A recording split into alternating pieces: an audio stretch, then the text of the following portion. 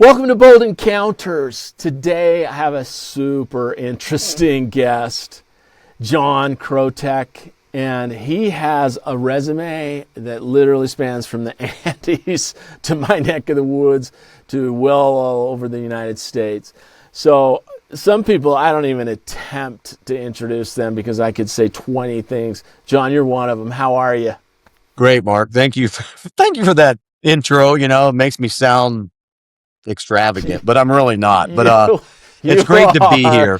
It's great to be Yeah, here. you are. You've done a lot of big stuff. Tell us your biggest favorite three things that the guests, that the audience would love to hear about. Not that you're bragging. What do you think they'd like to hear you did? The three top accolades you've got, because there's so many. Well, thank you for the opportunity. I'm a high altitude mountain climber. I'm a sexual assault survivor and a small business owner. So great. A few Except things for there. that second one we're going to talk about. If you're feeling vulnerable today, we'll go there. And I want to start out with, I wondered what your great lesson would be from all of this. If you had to pick one thing to just deliver some value right up front, let's just cheat and let's get it right. Let's do the spoiler right at the beginning. If you were to give one big piece of advice to help someone in their career and really figure out how to not just lead a company to success or be at a job, but really gain what they're trying to get meaning-wise for others, what would you suggest? I'd say, remember that song, Relax, Don't Do It? Yeah. I would just say relax.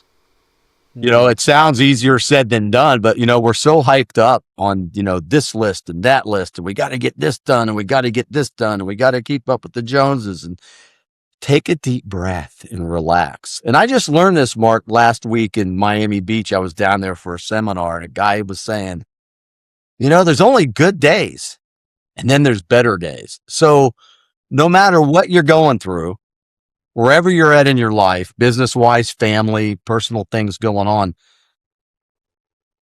chill. Take a deep breath and relax. And when you slow it down, it gives you an opportunity to actually look at the bigger picture. So that would be my answer. A little bit long-winded, but just slow down. Love it. I happen to grow up a few blocks from a public golf course, and if I got down or if I got stressed, sometimes I just walk out on the fairway. I wasn't even on it. It was next to the entrance, so it's kind of by itself, secluded away from the rest of the place, and I'd go stand there off season mostly, obviously. Nice. But I'm already getting the feeling in my head.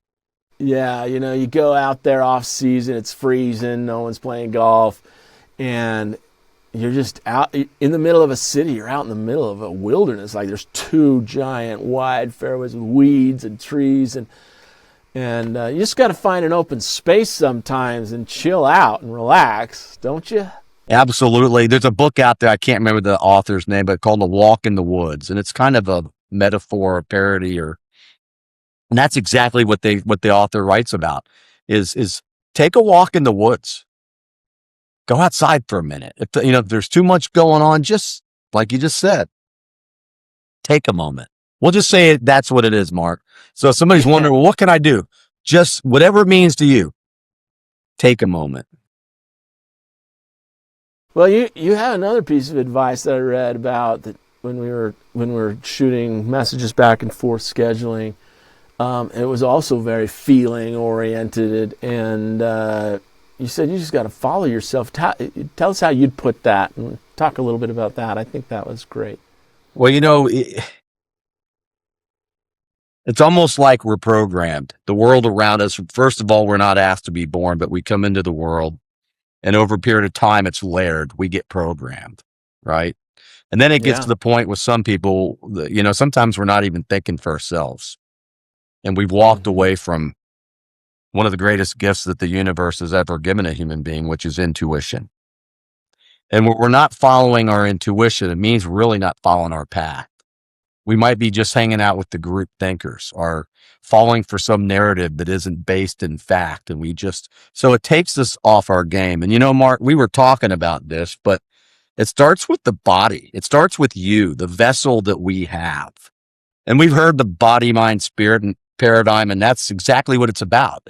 If you take care Yeah. of yourself first, it creates a mindset, and then it allows for the spirit to come in. And I'm not talking about religion. I'm talking about connectedness to this wonderful world and universe that we live in. It's not woo-woo, it's reality. We're here Yeah. now. Yeah. It's a great point.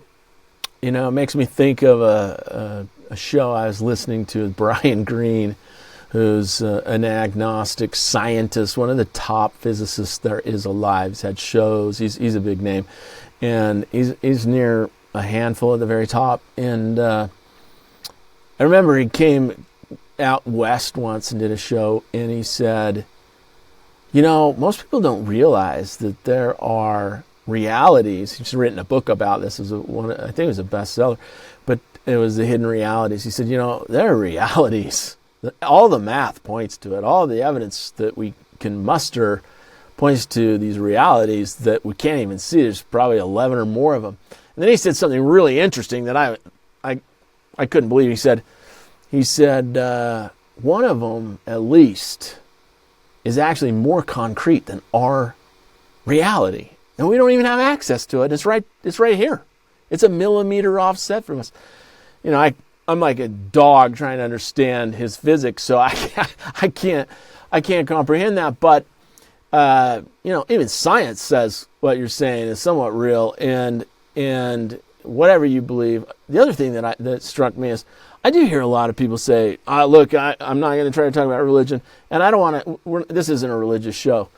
But I got to say, you know, going to your religion or going to your church on Sunday is not about you. It's not about you sitting and getting the message. It's about going and finding someone to serve. So I think it's great if people want to go there. I am not anti-religion at all. If you want to go back to history, yeah, bad stuff's happened. But you going to a group of 100 or 300 people and trying to find someone to make smile that day, I just don't see how that's a negative thing. Anyway, there's a lot of deep conversation there, but we don't need to go there. But tell me a little bit about what got you into the Andes and your personal story. I love to hear that. Well, thank you. I owned a small business with my wife in Florida. It was a backpacking company, right? Excuse me. And we sold obviously backpacking gear, but some of our inventory was also climbing gear. And there's no mountains in Florida, so you can't really get any experience using it. So I said, in order to sell this type of equipment, I've got to have the experience of actually using it. I can't sell somebody something that I had never used before.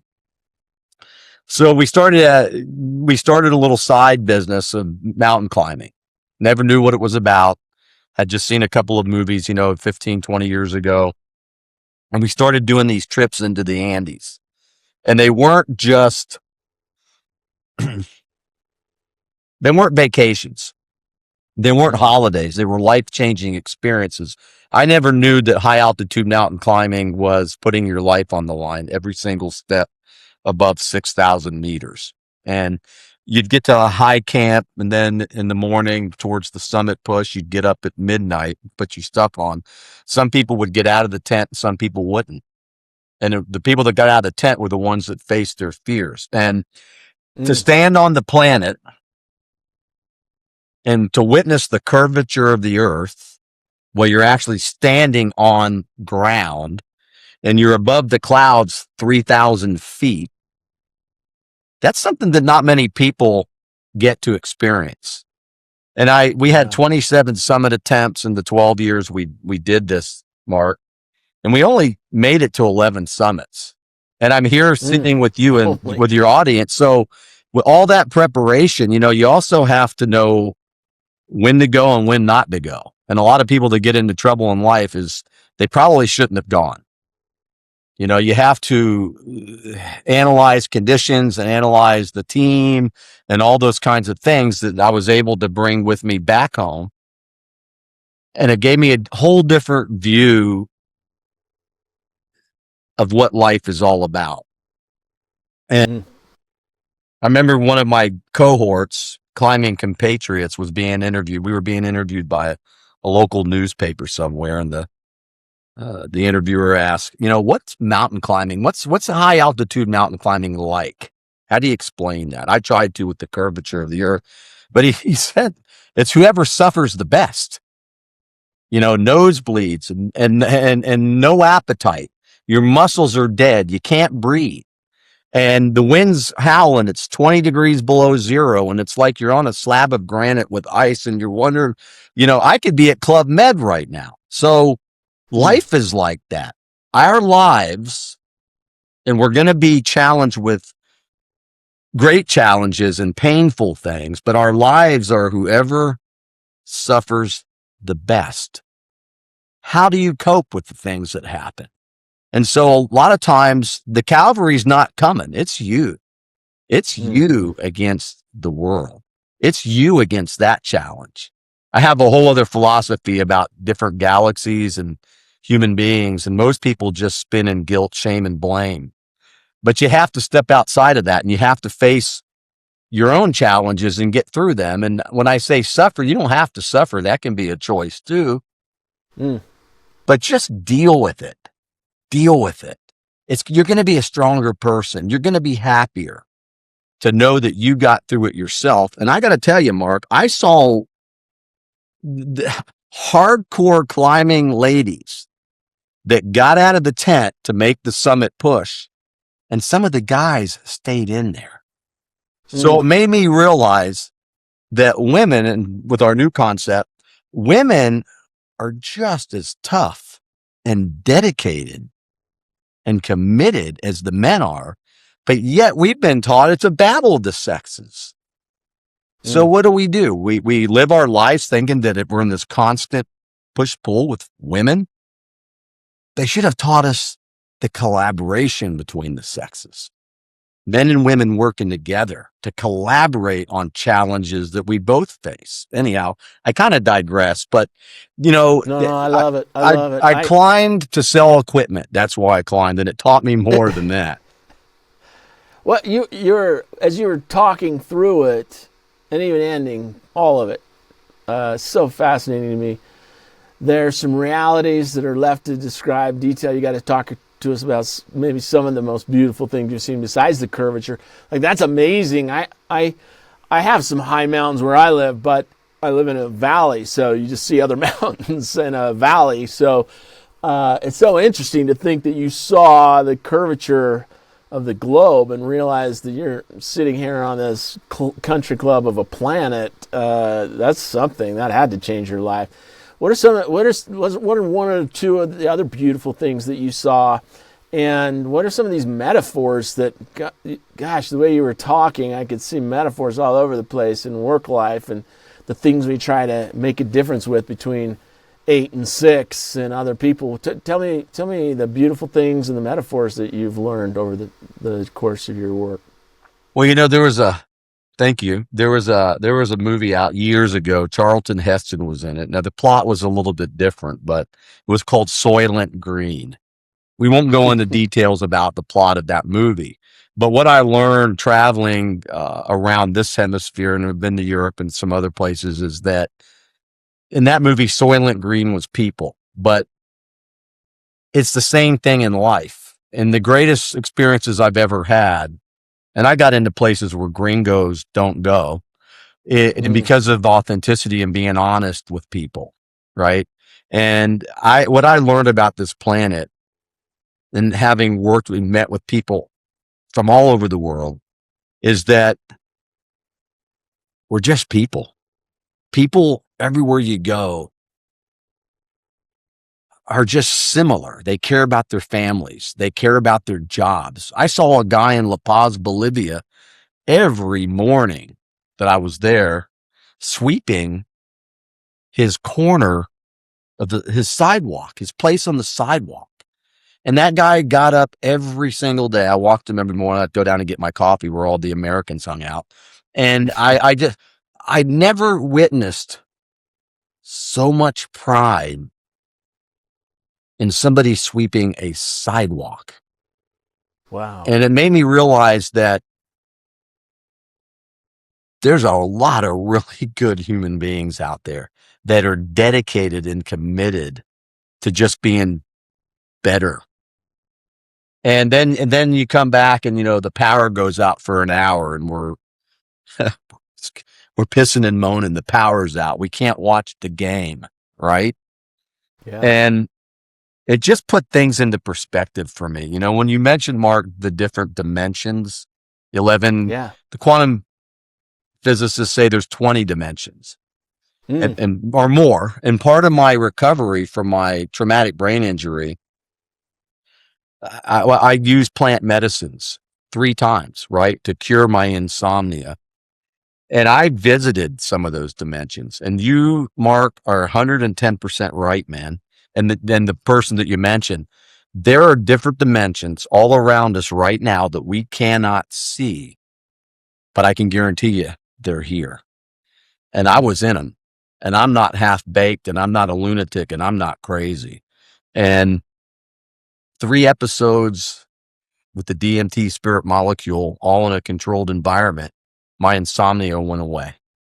But yet the Prozac made me want to kill myself. So yeah, it's, Yeah. and how can plants that have been around forever, since the beginning of time, they did cave drawings of these things. How could this, anyhow, it's all right here. Everything we need is right here. Yeah. Well, I've got to ask you if you're willing to go deep into the difficult part of your life that ended up causing your brain injury. Tell us about your secret that's driven most of your life. And it was a secret. And thank you. I have no problem, because the problem that got me in trouble to begin with was not dealing with it, not being able to talk about it. So I'm on a neighborhood sleepover. It's in the summer of my 3rd, 4th grades. And you can actually go to one of my books, and on the front cover, it shows me in the 3rd grade wearing my Cub Scout uniform and bright-eyed and bushy-tailed. And you can say, that kid's inquisitive. And then my 4th grade picture was withdrawn, kind of like a great white shark photograph of a small kid. But anyhow, yeah, the episode lasted, before I even really knew what was going on, I was in that slumber, partially asleep. But about 75 seconds of something that no child or anybody should ever have to go through. And when the guy was finished, he actually passed out and pinned me to the bed, and he was in between. He was on, anyhow, his face Full was, adult? yeah, his face was right next to mine, and he was slobbering. It was like an animal had just violated me. Right. So it changed my life pretty much forever. And, mistrust, questioning my own, gender, not being able to trust people. And I knew that at that time, this is back in the 70s, if I had mentioned something to somebody, I would have been known as the kid that happened to, or my dad somehow would have blamed me. Somehow it would have been my fault. That was the thing in my mind. And Who was the guy, and how old was he? he was a kid that was a foster child and had been held back 3 or 4 times. So he was like 25. I was 60 pounds. He might have been double my weight. And So he was in the so, prime of his physical. You weren't fighting. You weren't. no, I mean, I Nothing was like I was a wimp, man. I was a 98-pound wrestler in high school. So, so what I did is I just shelved it. I compartmentalized it. And what it ended up doing in my life was I was always out to prove my manhood, right? And anger. And then, of course, alcohol abuse started in high school. And in college with the fraternity, all I did was I mean, surprised I graduated, but I got my degree. But anyhow, I would always find a way to find great success, and then at a subconscious level, find a way to always kind of sabotage it, but not sabotage it in a way that destroyed my life. It would always be a square one kind of thing. But the beautiful thing is there was always a man or a woman throughout my pathway in life that would pull me aside, mentored me. They must have seen something. And I was a great responder that, don't do this. I've been watching you. You need to do this. But there was always somebody there, Mark, to pull me out of the fire. So go 45 years later, operated an $11 million business, and a lot of cool things, community activist and volunteer coordinator. I managed 12,000 volunteers, was on the team that brought back international rowing to the United States, and a lot of really cool things. Army veteran, spent 3 years in the Army, got out honorably. But then I got in an accident. I was out with a friend of mine. He was married to a Peruvian woman. They were getting ready to move out of country, and we were out celebrating. My wife was up visiting her mother in Virginia, and I left the bar at 11 o'clock and woke up in the hospital the next morning and found out that there not only was it, I only had 2 glasses of wine, but there was something else in there that somebody had put into the drink. And at that time, who knows what it was. But I was involved in an accident and I had a traumatic brain injury.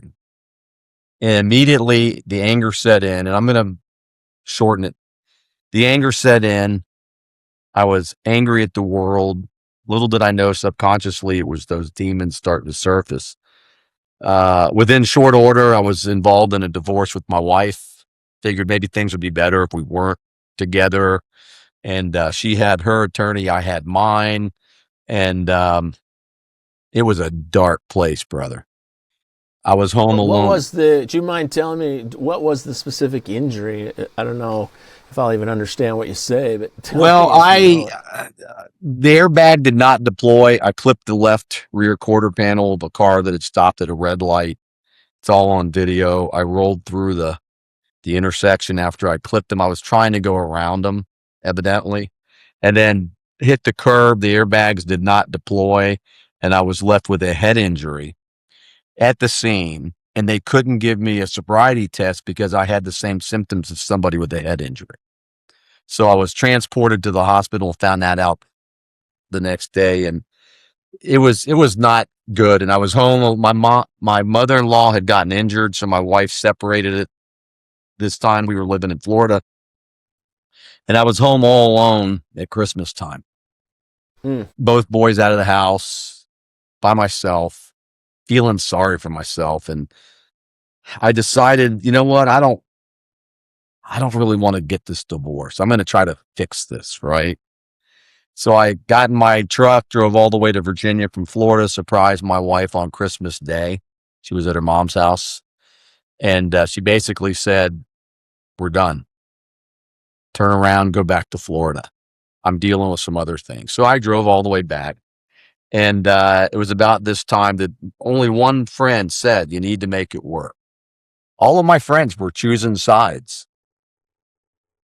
Wow. Nail her to the wall. Do this, do that. So long story short, I got the help that I needed. I knew that I was in a crisis situation, and I reached out to a therapist, and I got one that dealt with cognitive behavioral therapy. And the first thing she said to me is, you're going to have to let your wife go. You're just going to have to let her go. It's all about you now. It's not about her. It's not about that. Anyhow, so it was 3 months into the cognitive behavioral therapy that my therapist said, you're doing the work. I love what you're doing. And I can tell you how that started. But Thanksgiving, 6 or 7 months later, I got a card in the mail, Mark. I was by myself. And it basically said, I called my attorney today and I called the divorce off. I've seen a change in you, and I want to work this out. And I tell you, man, I dropped to my knees. It's the first time, Mark, in my life that I earned the right to save my marriage. And I dropped to my knees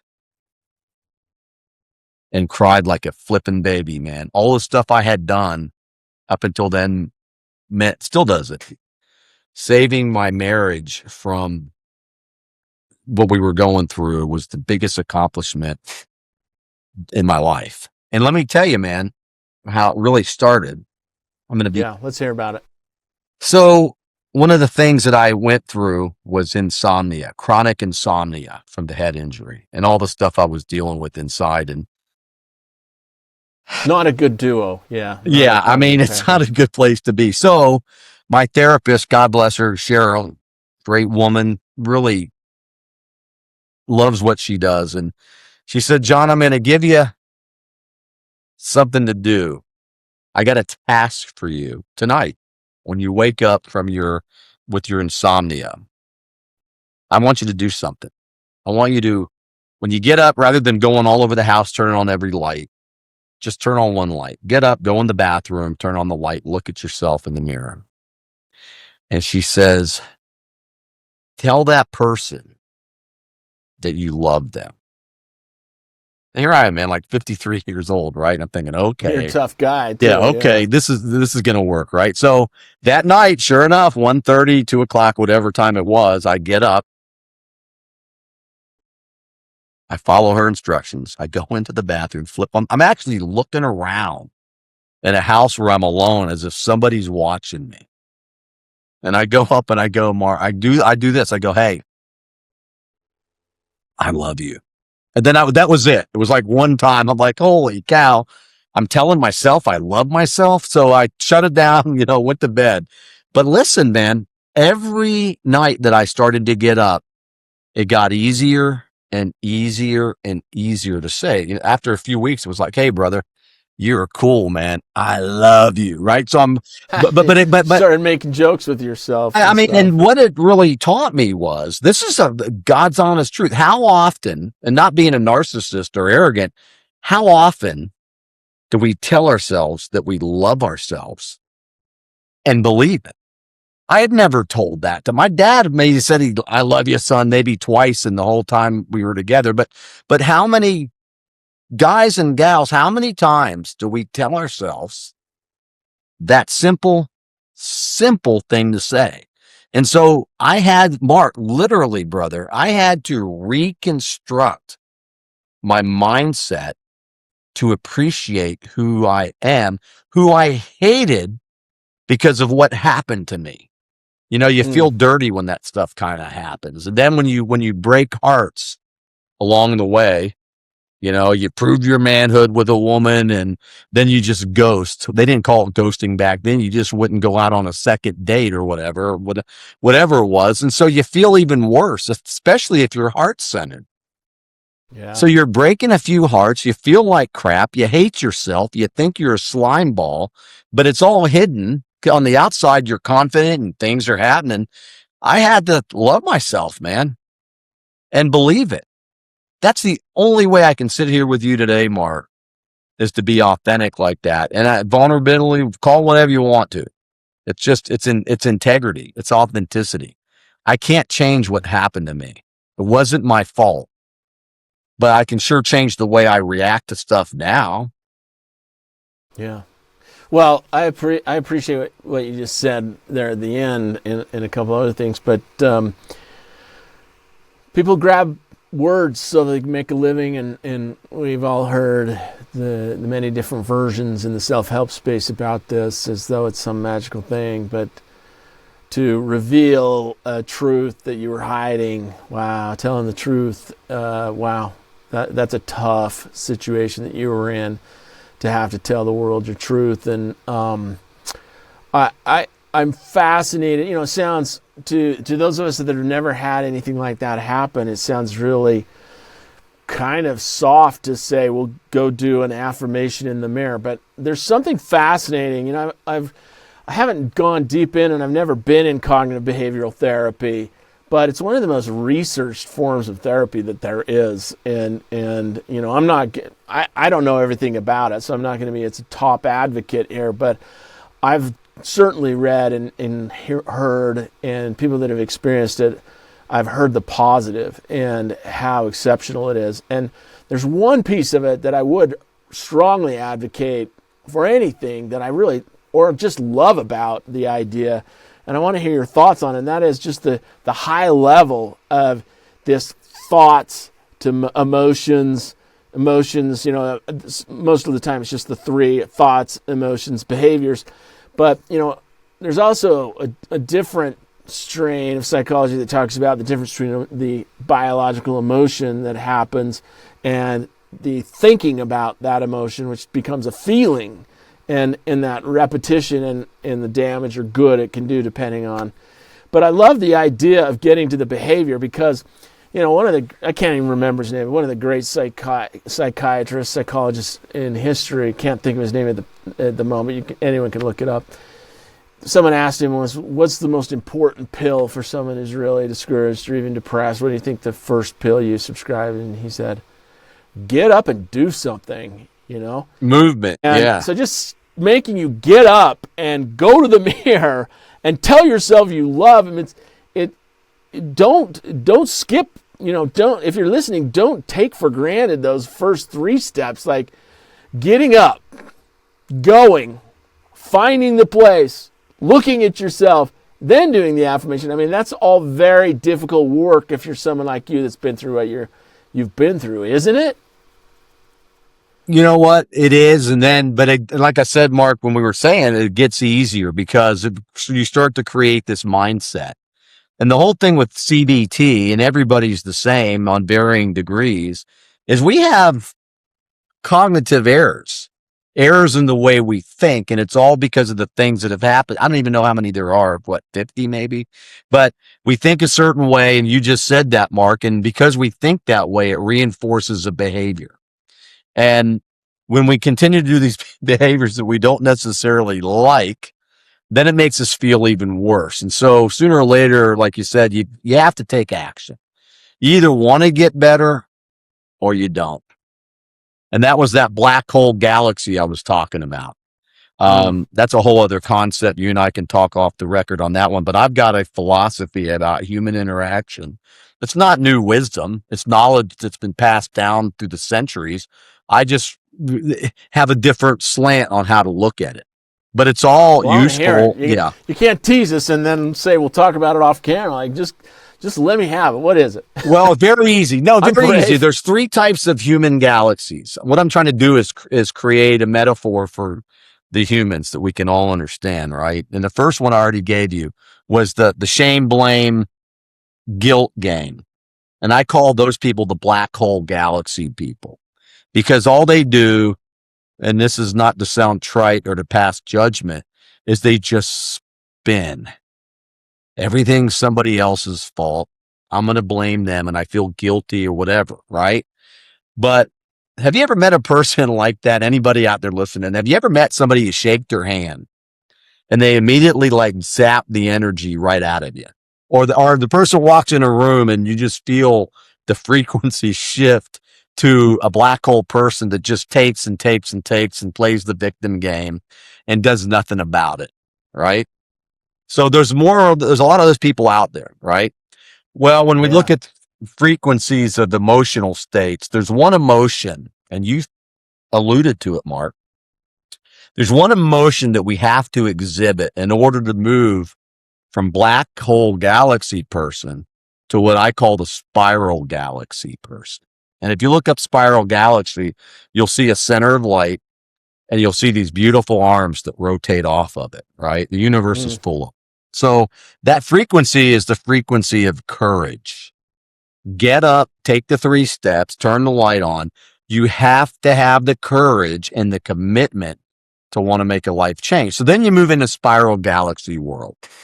They're intersecting. Look them up. They're everywhere too. Black hole people, the galaxies stay away from them because it'll suck a galaxy right into it because of all that massive negative energy, right? So the spiral galaxies are out there living their life. They're gathering information. They're intersecting with each other. Life is good. Look how beautiful the sky is with all these spiral galaxies. That's what all these stars are. And so you go about and you're spinning and you're gaining knowledge and you're becoming better and better, right? And that's great. And then once you get into the spiral galaxy and you ascend to this higher consciousness state, then you become a galaxy that doesn't really exist, but they do because you're one of them. I'm one of them. Anybody that's doing anything to give back to society or to the global population is what I call a contributory galaxy. And the contributory galaxy person is somebody that understands that they have a gift or that they have a strategy or that they have a mission or a purpose to want to help others to improve. And these people are like the higher consciousness, and I call them the elite of the elite, but they're not any better. They just have the hearts to serve. And so we go black hole, spiral, contributory galaxy, and you're going to fall into one of those three places. If you're in the black hole galaxy mantra, find a way to get out of it. You can get out of it. You and I are living proof, whatever we've been through in our life. And then you can gain knowledge and improve your wisdom, if you will. And you can go out there and you can interact with people and learn about people, and I don't care if you're sweeping a sidewalk in La Paz or you're the CEO of a multi-million-dollar company. You can learn something from those folks. Yeah. And so then after that, if you want to, it's a choice. You don't have to have a commission to want to help others, but if you want to, you can. And that's the only thing that I did is I made a decision and a choice to want to help people improve their lives, just like you have, Mark. So congratulations, man. We need to come up with these membership cards. You're a member 1110. I don't know, but and I've got mine ready. I mean, I've got the Pulled Encounters Club, so you can join that. There you go. And that's perfect. And that's a contributory galaxy mission. For sure. Yeah. And I came up with that. I was having lunch down in Sarasota, Florida with an amazing woman who works with overweight girls. And we were talking about why we stay stuck. And we came up, I started to write that on paper and she's going, that's fascinating. And Heather Hackett's her name. She's awesome. She does things for kids. And that's where that came maybe 6 or 7 years ago. We haven't acted on it, but it's behind. It's out there, but we've also got another project called Task Force Zen. And yeah, I want to meet her. Yeah, Heather's awesome. So yeah, and you will. And so I'll make the connection. But that's, this is what I do, Mark. And sometimes I wish I could just sleep on it. I'm always looking at ways to create something, that maybe can be a legacy or something that is a solution for somebody. We were talking about, and I'll share one more thing because I think it's important because you mentioned this earlier. Yeah, I do. Perhaps one of the most important books. We talk about baseline humor, human interactions. And it was in a marketing class in college. And I remember one of the required reading books was Amy Vanderbilt's Book of Etiquette. And here I am, like an 18-year-old college student in base. What do I not have to read this for, right? But it was required reading, and she was a brilliant professor in marketing. And I got to tell you, Amy Vanderbilt's complete Book of Etiquette was perhaps the most important college required reading that I ever read. And if we had more people who understood etiquette at any level, nowadays you see how people treat each other, but if we had more etiquette at play, not only in the business world, but in our daily lives, can you imagine how much we could literally shift the equator? We could talk about a paradigm shift. It's true. Just etiquette. Yeah, if you made 2 required readings, everything I need to know I learned in kindergarten and that etiquette book together, all of it's been thrown out and we're fighting each other and everything else. It's funny, but it's a harsh world. That I loved what you said early on. I want to hear your thoughts on this. Women are amazing. They're my favorite creatures. My wife is my favorite human being. My mother's second. My kids, my 5 sons, are nearly a backseat to both of them. And I love women and what they bring to the planet. I'm a big mother fan, and I get harassed a little bit because I'm so admiring of mothers. I grew up without, after 13, basically, I grew up without my dad, and my mom was everything, and I'm all about moms. And yet, that's awesome, by the way. Yet, I think, they say, Noah Harari says that our big differentiator on the planet is flexible cooperation. And look, that's a big concept in my practice, and it's so essential to get that basic right as you go to work, whether you're alone with three assistants like me, or whether you're doing big company stuff like with clients, or being employed there, leading it. It's tremendously important. But also, we say we're the smartest organism. Well, in our way, when I watch my dog run around in the dark up on a mountain and never trip and never step in a hole, I kind of question that our version of intelligence is always the best. I think everything's amazing. And, it's interesting. You get back to humanity, and one of the most obvious facts about humanity that we're all trying to get away from right now is that men and women, boys and girls, need each other. I mean, does it get more basic than that? And yet we're fighting it tooth and nail. It's so interesting. But the second part of that, in this era of making sure that women get all that they want to get, which is great, I'm all for it. I'm going to whisper so I don't get canceled, but it's okay if you're male. It's okay. It's okay. And you have a whole philosophy about this that is misunderstood because of some of the words you use and stuff, but I'd like to hear your philosophy on it. I'd like to give you the last minute before we head to the premium action plan for club members, and I'd like to get your take on this cooperation and what it means to you. Okay, real quick. Thank you for that opportunity. Well, first of all, we got to understand what love is. And when we say we love women, it's not the creepy kind of love that the world embraces. Agape. Agape. It's a heartfelt human organism to human organism. We care about each other, right? So we have these things called gender roles. You said that your dad was gone at an early age, so your mom had to take on some masculine roles to raise a family, right? And it happens when there's a single guy in the family too. He has to take on feminine roles. Doesn't mean that they identify with that particular gender. It just means they're fulfilling a role.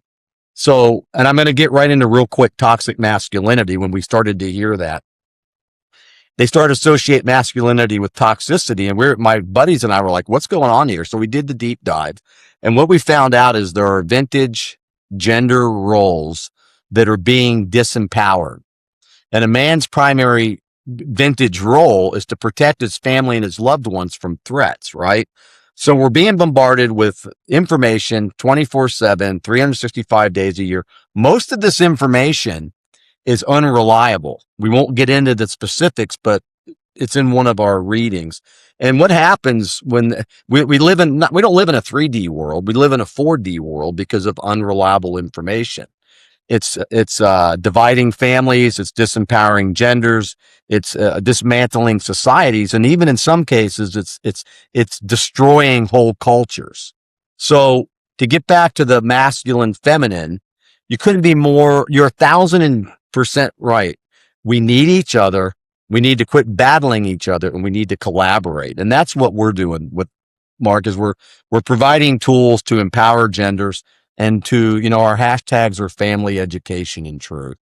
Men and women we cannot raise families. There's a lot of things we can't do unless we collaborate. And I'm like you, I'm tired of listening to guys, and I won't name any names, but they're out there and they're influencers. Be nice. We don't have to be misogynists and the things that we say.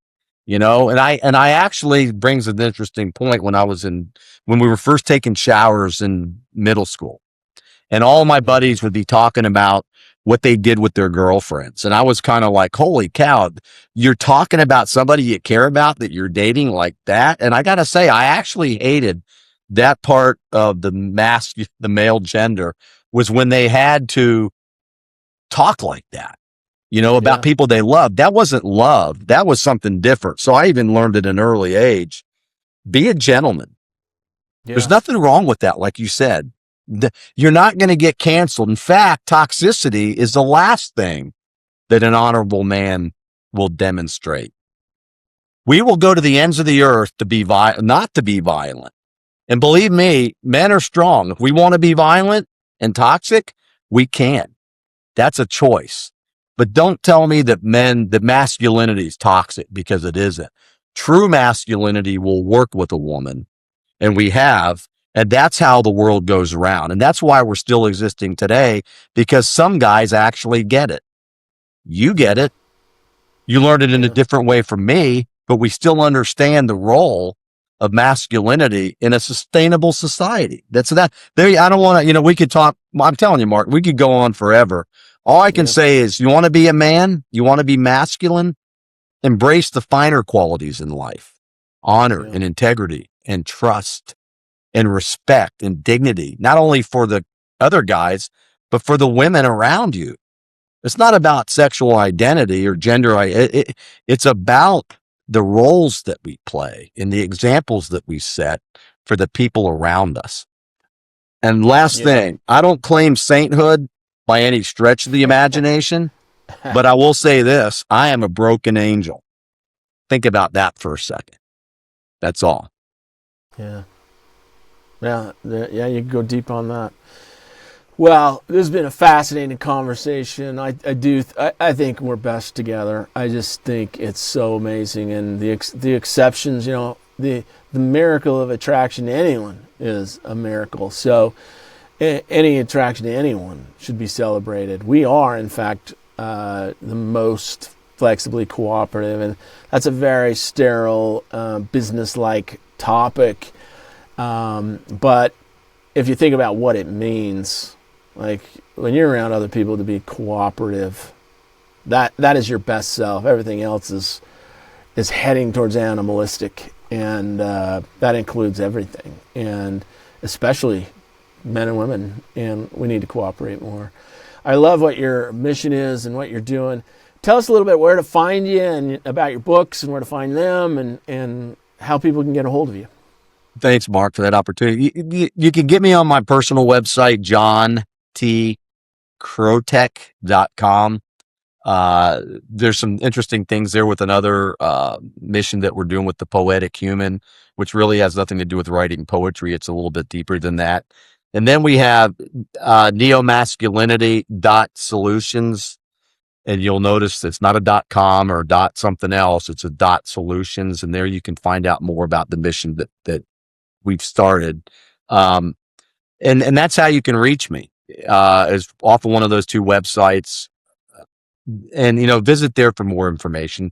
We actually have a complimentary strategy guidebook that men can download right now.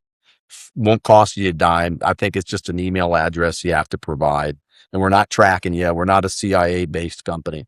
And we can get that to you. It's 10 things you can do right now to embrace masculinity and to live a better life, which will not only help you, but it will help your family and the people who you love, because you're going to be a better version of yourself, and you're going to be able to embrace the gift that you've got. So there you go, Mark. I appreciate that, and go check John out. Before we get going on the premium action plan, I want to just tell those that are just listening to the free version, thanks for joining us, and thank you publicly, because it's a larger audience, obviously, and tell you thank you for sharing your story and telling the truth and hearing what helped you get through it, and the first steps of doing it and the last steps of doing it, and it's really been a fascinating conversation.